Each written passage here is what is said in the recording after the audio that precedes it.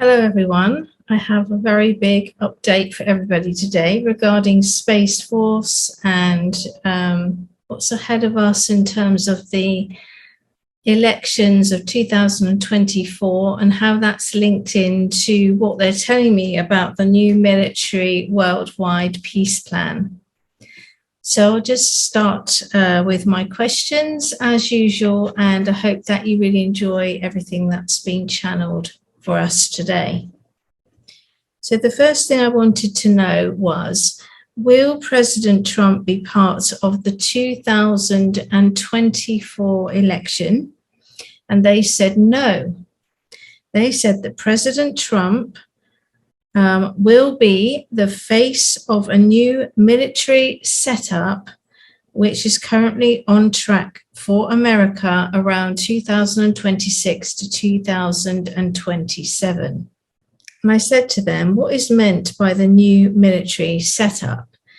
And they said to me that the old two-party system of politics, which creates division and creates sides and animosity, is going to be dissolved. And they said that a new framework, technological framework, is being written to oversee fair leadership, supervision, and protection worldwide. They said that it is overseen by the military and it is currently classified. And then I asked them, how is it intended that this new system will operate? At what point will it be available to the masses? They said that it is intended that on a worldwide level, all countries will integrate the new system into each geographical region by 2026-27 going forward. So then I said, the worldwide military operations and training that we're currently having reported to us that are on the ground, are these part of the new setup? And they said yes and no.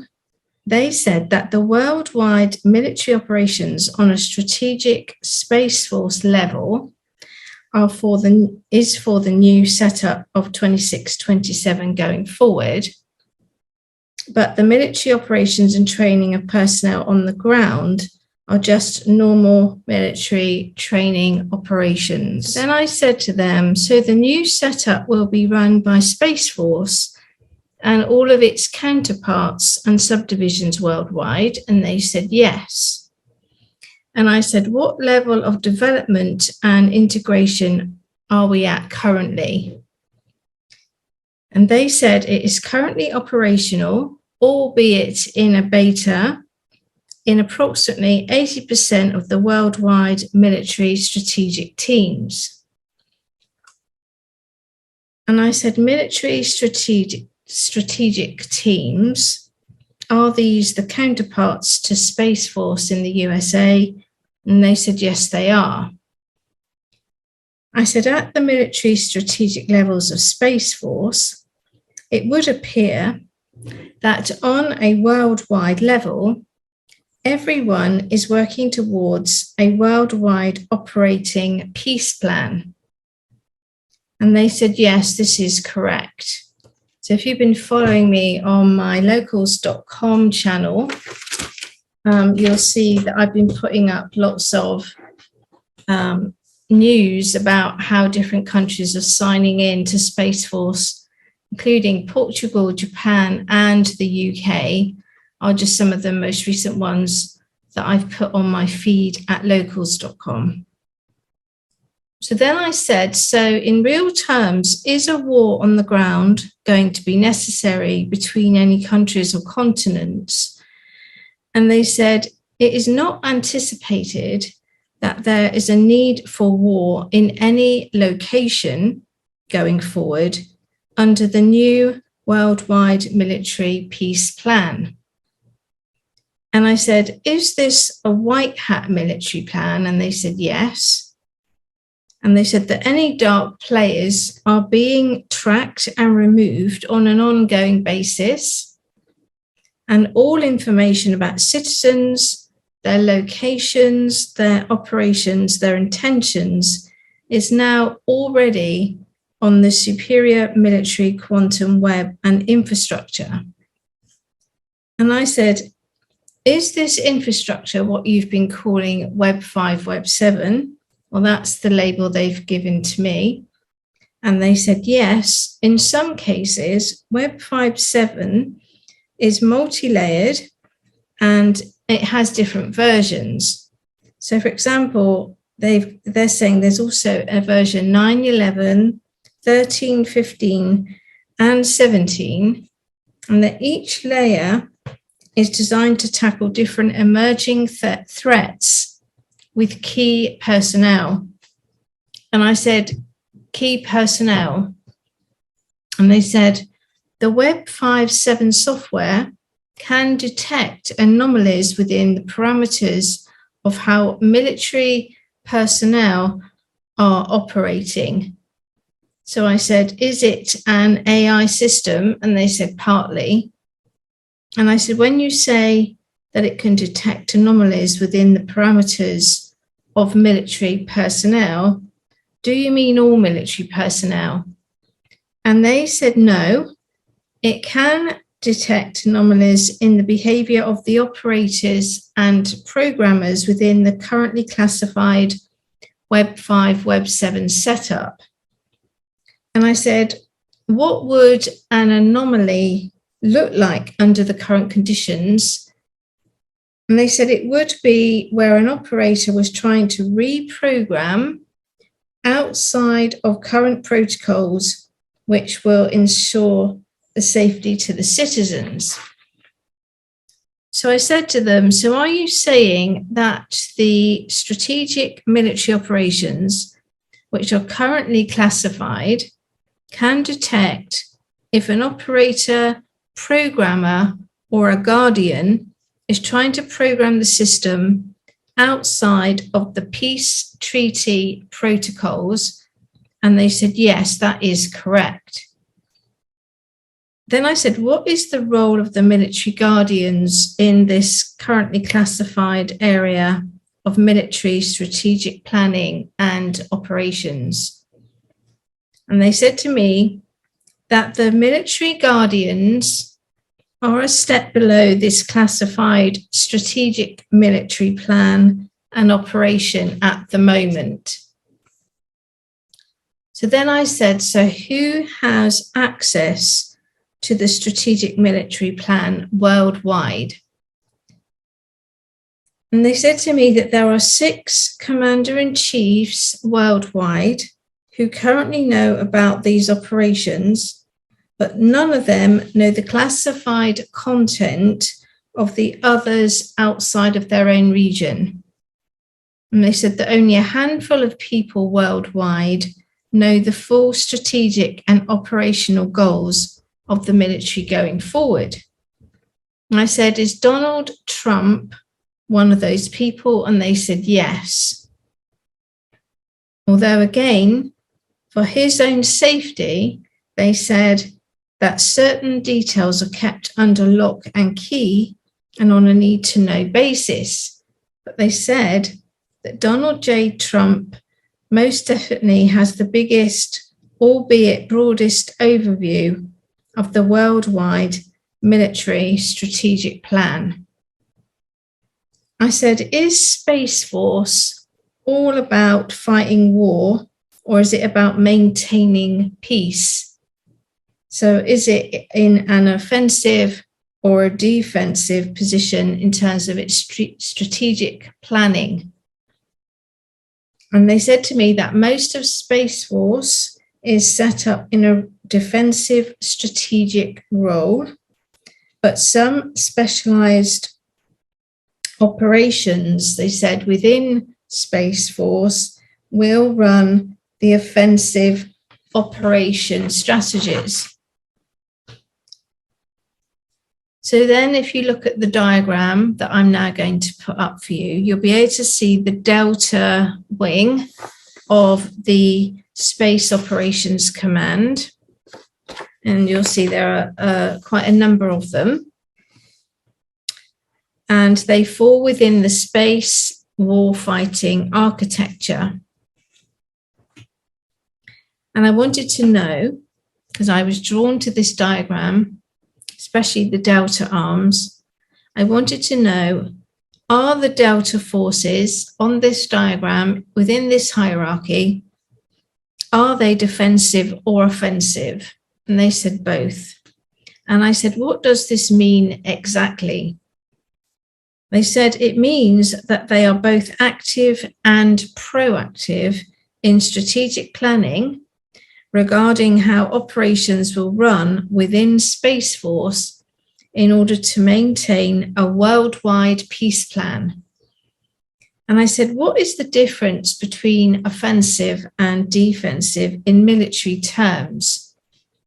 They said, offensive is where a proactive approach is taken ahead of a perceived potential threat and or unknown threats. And I said, so offensive is like a what if strategy? And they said, yes. And they said, defensive is more a reaction to an ongoing threat or a newly activated or discovered threat. And they said that Spaceforce worldwide does need to do both. So then I said, in the space warfighting architecture hierarchy, what happens under Space Operations Command? And they said to me that Space Operations Command is more concerned with strategy and developments of software and operations, and who and what will be included in the overall design of the worldwide peace plan. Most of Space Operations Command is classified and has a counterpart in each geographical location of the world, i.e. north, south, east, west. And they said that the commander-in-chiefs work closely with Space Operations Command. And I said, where on this hierarchy does the legislative arm of DC fit in, the White House? And they said it doesn't. They said to me that the Space Operations Command is not governed directly by the White House or its administrative or legislative arms or departments. They said the Space Operations Command is a separate entity. So then I wanted to find out a little bit more about who are these delta arms, which you can see on the diagram. And they said these are the programmers. So I asked, are these the programmers? And they said, yes, the delta sections are the programmers. And I said, so what can you tell me that isn't already public knowledge or published?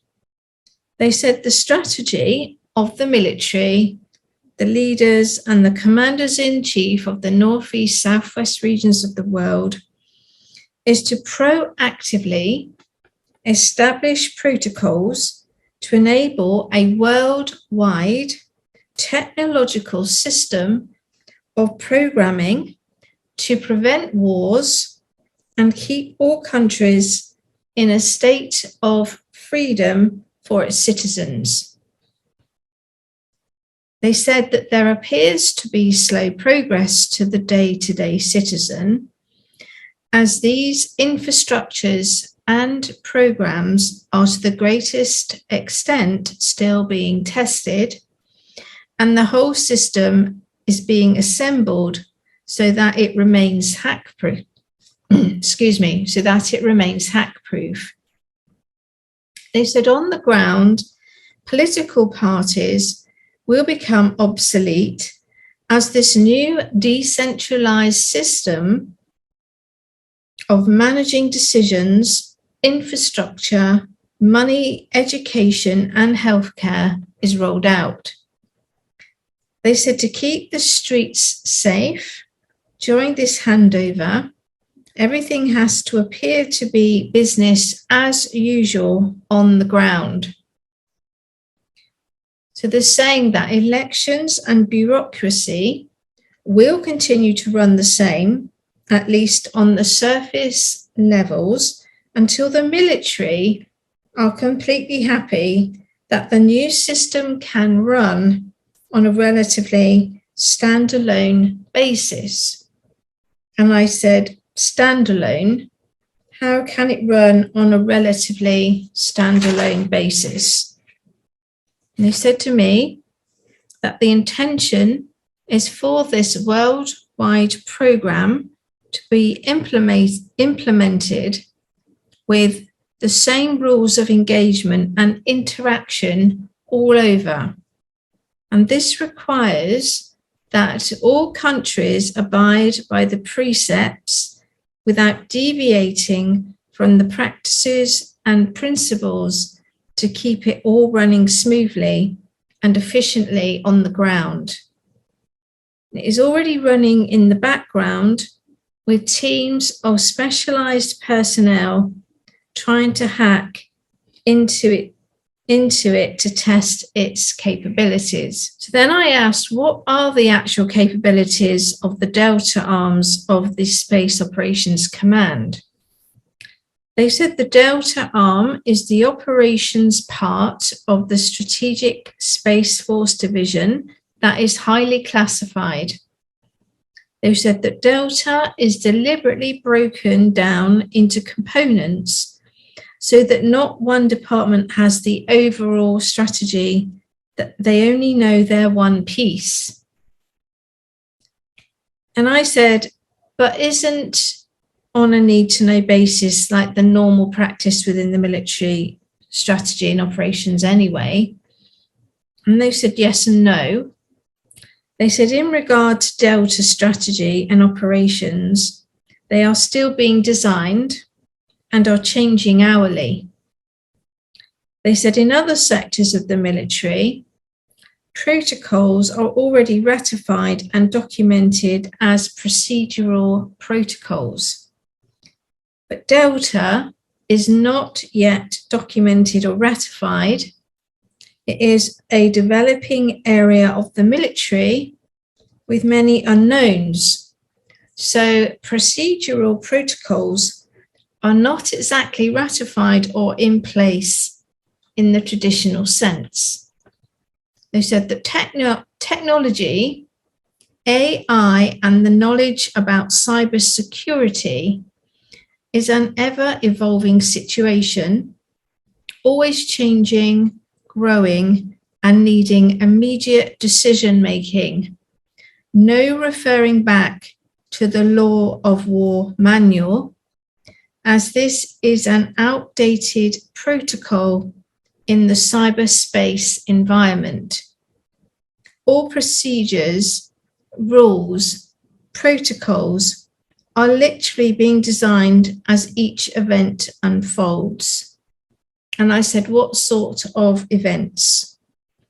And they said, mainly cybersecurity events, exposing where potentially the Starlink system has weakness or vulnerability. So I said the concepts of war and peace as written in the Law of War manual, will they be completely rewritten to adapt to cyber and space air operations? And they said exactly. And I said, my understanding is that space is an infrastructure for peace. So wouldn't it be called the Law of Peace Manual? And they said, exactly. Then I asked, how are the military operators and strategists, how are they adapting to this changing landscape and operations in space? And they said that the emphasis is on training and encouraging more recruitment around programming, innovation and strategy, particularly with regard to thinking outside of the box. They said the old military protocols were developed for operators to follow a chain of command But in the modern structure of Space Command, it is being encouraged to think outside the box and to bring innovation and to experiment. And then I said, so this new way of managing peace around the world, how will it be introduced to the citizens? They said in some instances, it will not be public information as such. And they said that how it will be promoted in general is a fun, new space age generation which fosters innovation. A new style of culture around the military careers is being introduced with the concept of guardians. So then I said, are Space Operations Command developing any sort of EBS system? They said yes and no. They said that EBS, which would be an emergency broadcast system, has been put on hold, but operators are working on a worldwide transmission system which can communicate to every citizen simultaneously. And I said, wow, what would be the purpose or reason for needing to communicate to every citizen worldwide at the same time? What they said to me was to bring in peace for the whole of humanity, then the information needs to be structured and delivered to reach everyone at the same time. It's a culture change for humanity, change in psychology on a global scale. It needs accuracy and stability within the network to allow for this worldwide broadcast of peace. It is not an emergency broadcast system. It is a peace broadcast system. So then I said, how will it be delivered to the masses? They said that it is intended that TV networks, radio stations, and mobile phones will run the new worldwide objectives for peace. And I said, will celebrities, politicians, and spiritual leaders be used during this process? And they said, from the military standpoint, this is currently undecided. And I said, is the peace broadcast overseen by the Northeast, Southwest divisions and their commanders-in-chief? They said, not exactly. They said the peace broadcast is another arm of Space Operations Command. And I said, where is all this peace broadcast system being physically designed? Is it in, say, an underground facility? And they said, yes. And they said that some of those underground facilities are in Idaho. They also said that there is a peace broadcast counterpart in Eastern China, in Russia, and in Australia. And they said that the Arctic Circle is also being utilized for the peace broadcast operations. And I said, what is the name of the worldwide space collaboration? Is it still Starlink? And they said, yes. I said, is this the official name or the name you would like me to use? And they actually said both. Then I asked them the operations and the quadrilateral operations that were publicized recently, were they part of Starlink? And they said yes and no. I've put that actual item on my locals.com channel if you want to go and look at that, the quadrilateral operations. But what they did say to me was that anything you see on LinkedIn or publicized for everyone's consumption is a very watered down version of what is coming. They said it is a soft psychology drop to get people accustomed to being protected and overseen via Spaceforce, via space. So then I asked them, how will the official announcement of Starlink, the space plan and Spaceforce, how will it be handed over to the citizens? And they said it won't have an official handover as such, more that it will look like systems are changing on the ground, becoming more modern for the next generation. So I said, so it's like a next generation marketing campaign? And they said, yes. And I said, will this be in all sectors? And they said, and I said, like in banking? And they said, yes. I said, in education?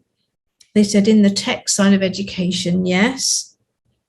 I said, healthcare? And they said, to a degree, changes to diagnosis protocols with more AI and telemedicine will be introduced. They said in communications, this will be the biggest area of change in the internet, technology changes, and more biometrics. So that's all for this video. I'm going to do a second video on the biometrics. So this video is not too long.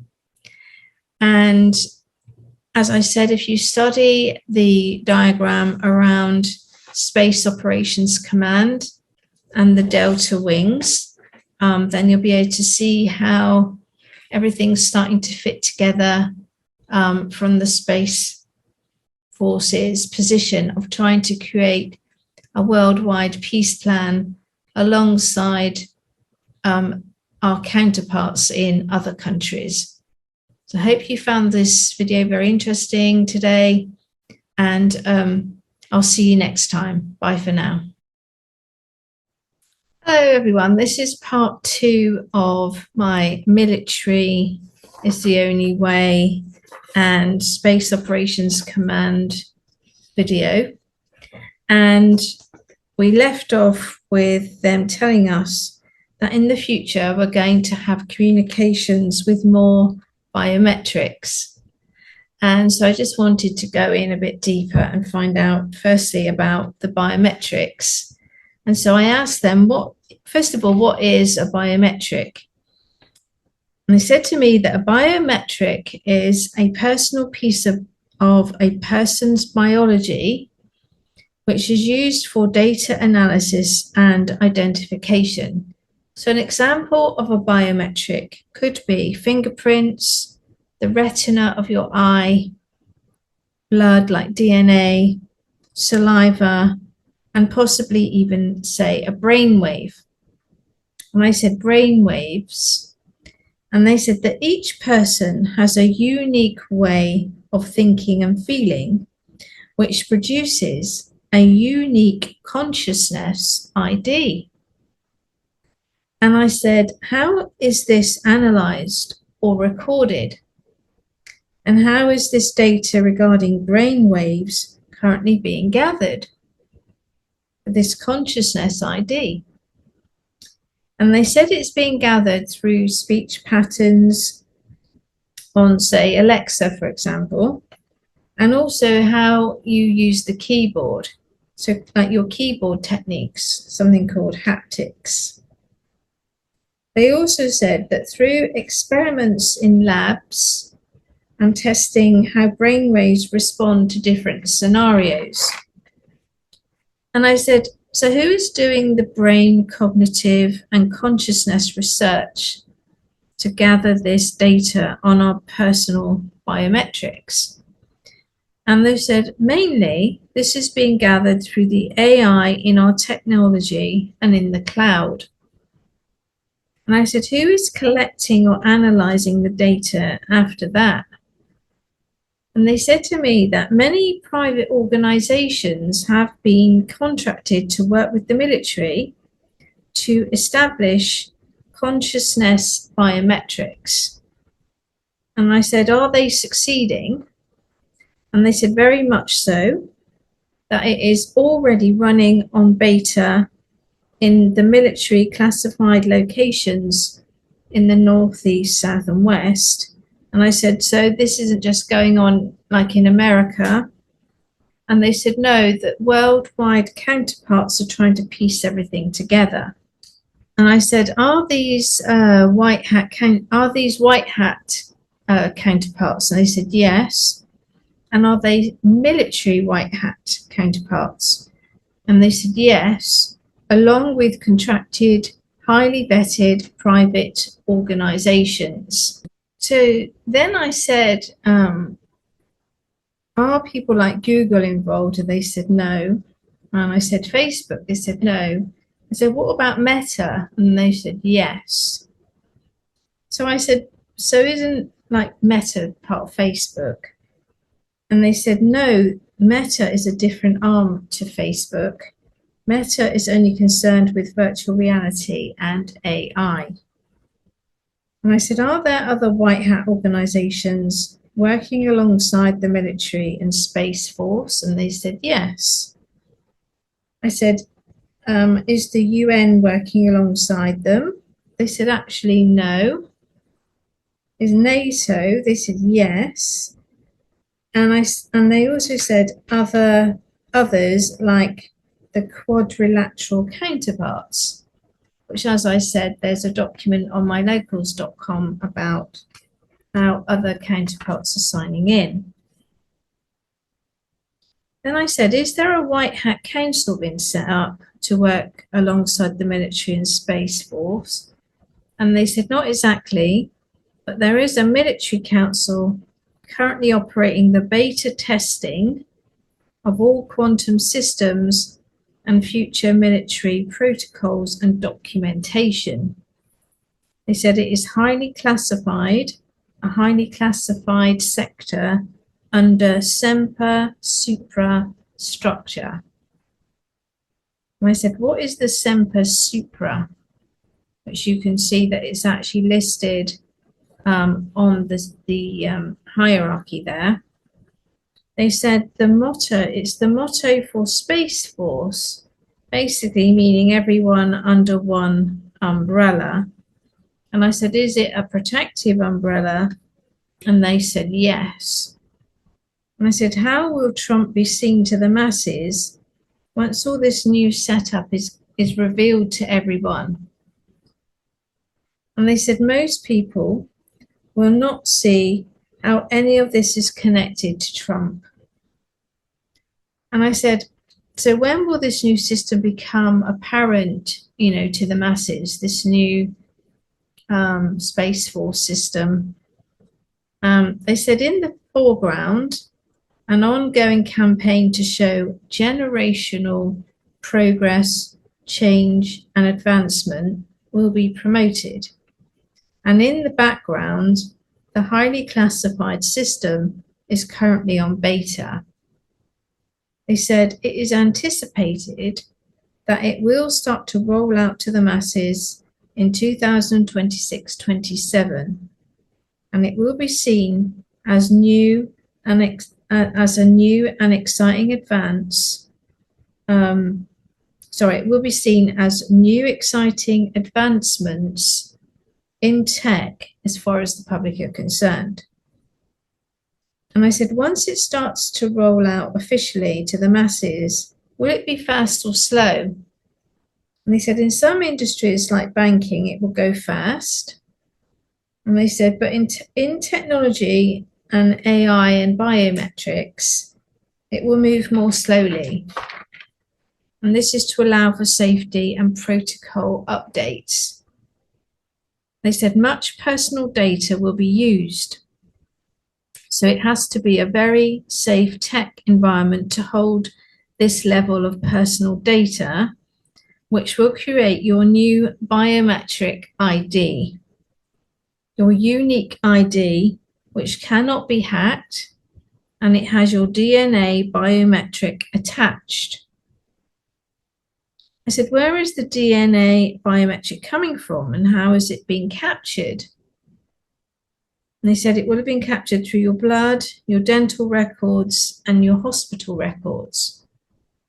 They said even pets will have had theirs taken it from their pets' records. And they said plants will also be registered with a DNA biometric. And they said, it is all on the blockchain. And I said, is anything within any vaccines being used to create part of this biometric ID? And they said, yes, the nano. They said the nano is also in the air, the land, and the food. And the nano creates a unique biometric within each human. And I said, is this currently operational? And they said, in some instances, yes. And I said, is it going to be used for good intention like freedom? And they said, yes. A bad system will be reversed to give freedom of speech, movement, and sovereignty. So they're saying that the new biometrics will replace what they currently are calling a bad system, and the new system with the biometrics will give you freedom of speech, freedom of movement, and sovereignty. I said, does the nano biometric connect our ID to the new financial system? And they said, yes, in some cases. And I said, in some cases, they said, it is intended for full financial freedom, and the biometric ID will have a financial and nano component in, on, or around the body. I said, will 5G towers be used to monitor the biometric IDs? And they said, no. 5G will become obsolete. In the freedom cities, they said, for example, healing frequencies may be transmitted if the citizens vote for that feature. They said all features of the freedom cities will be decided by the decentralized voting and authority. And they said in future, even certain areas of a freedom city can be set up with healing frequency and not the whole thing if the people decide that. People will decide, for instance, if they want healing frequency in the whole city or just in certain places within it. So you could have like a healing garden or something like that. I said, will Spaceforce oversee these freedom cities? And they said, not directly, no. They only oversee the safety of the worldwide network, its stability, and the worldwide peace plan. And the Freedom City Administration and Technology will be managed by decentralized citizen management voting. So then just wanted to clarify again, will there be some sort of peace broadcast to the people, which we've currently had labeled as like an emergency broadcast system, but they're calling it a peace broadcast. So I said, will the masses be told the truths going forward? And what role will the toxic media play, if any? And they said that the dual narrative of the truth social movement and the opposing conspiracy labels from the toxic media will continue for quite some time, and that people are still being taught to think for themselves. They said toxic media will throw truths into the mix to gradually acclimate people going forward. This slow burn is not intended to change for some time, they said. They said that for some people, the TV and news is like a religion. So too much change too fast could create too much instability, and it could lead to like revolutions and violence. So they're not intending to do it that way, in a fast way. So then I said, so will there be a broadcast of some sort worldwide in the future, explaining all the changes necessary for our move into the quantum world of freedom cities? He said to me, there will be an unfolding of information worldwide, but not necessarily in one blast, as had previously been as you previously had it described to you in the narratives around an emergency broadcast system. They're saying that the emphasis is always going to be on peace, calm, and re-educating for sovereignty. So there'll be no sudden shocking moves that might provoke revolution. Again, a slow burn to acclimate the people. So then I said, is there going to be a new currency coming? Just to check if I'm going to try and tie together the biometrics with the currency. So I asked them, is there a new currency coming? And they said, yes. And I said, can you explain? They said the new currency will be a global digital currency backed by assets at the worldwide virtual vault, which if you don't know about the virtual vault, you can see that on one of my other videos called the Worldwide Virtual Vault. And I said, what will this currency be called? And they said that each region will call their digital currency something different in the Northeast, South and West regions. And I said, who will curate and distribute these digital currencies? Will it be the central banks? And they said, initially, it may be seen to be the central banks, as this would be more normal for the citizens as they get used to the new concept. But again, it's because they're trying to keep things calm. They said once the digital currencies are established, then their true origin of control, which is the Starlink, will take over, and the banks will, on the whole, become obsolete. And people will speak to the quantum financial system directly through people will speak to the quantum financial system directly from their decentralized phones and laptops, etc. So I said, will the new digital currency be attached to these biometrics, like the eye, the retina, the fingerprint, the DNA, the voice recognition, and the consciousness ID, i.e. the brainwaves?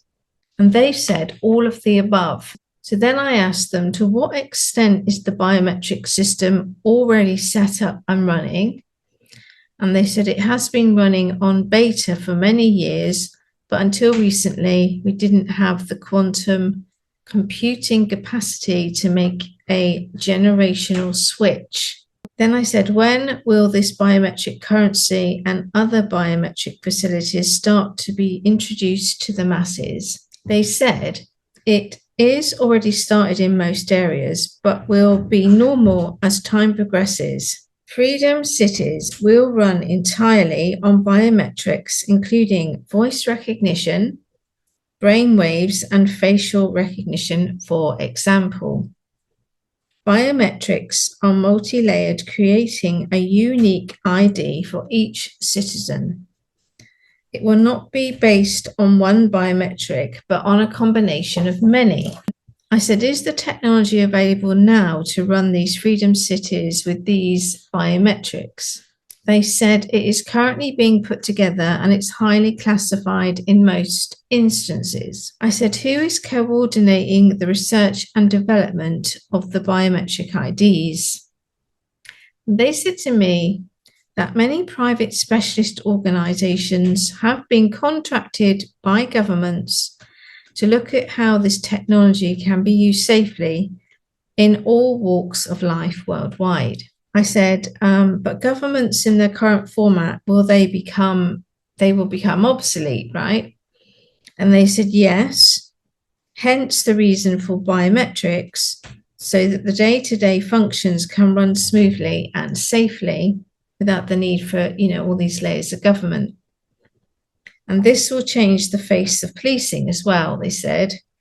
There'll be a major structural and cultural reorganization of policing in the road ahead of us.